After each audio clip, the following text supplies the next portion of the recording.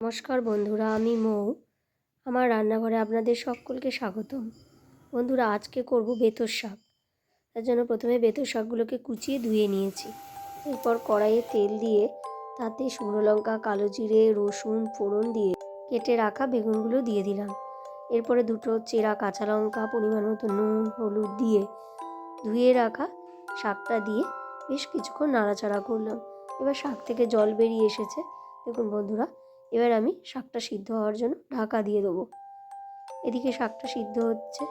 বন্ধুরা, আপনারা রেসিপিটি কোথা থেকে দেখছেন অবশ্যই কমেন্টে জানাবেন।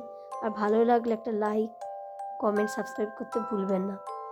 দেখুন বন্ধুরা, এবার শাকটা আমার সিদ্ধ হয়ে গেছে। এবার আমি ঢাকনা খুলে দিলাম। এবার আমি কিছুক্ষণ নাড়াচাড়া করব। শাকের জলটা এবারে শুকিয়ে গেছে। বেশ কিছুক্ষণ নাড়াচাড়া করে শাকটা একটু ভাজা ভাজা হয়ে এলে শাকটাকে একটা পাত্রের মধ্যে তুলে দেব। দেখুন, একটা পাত্রের মধ্যে আমি শাকটাকে তুলে নিয়েছি আর গরম ভাতের সাথে পরিবেশন করে দেবো।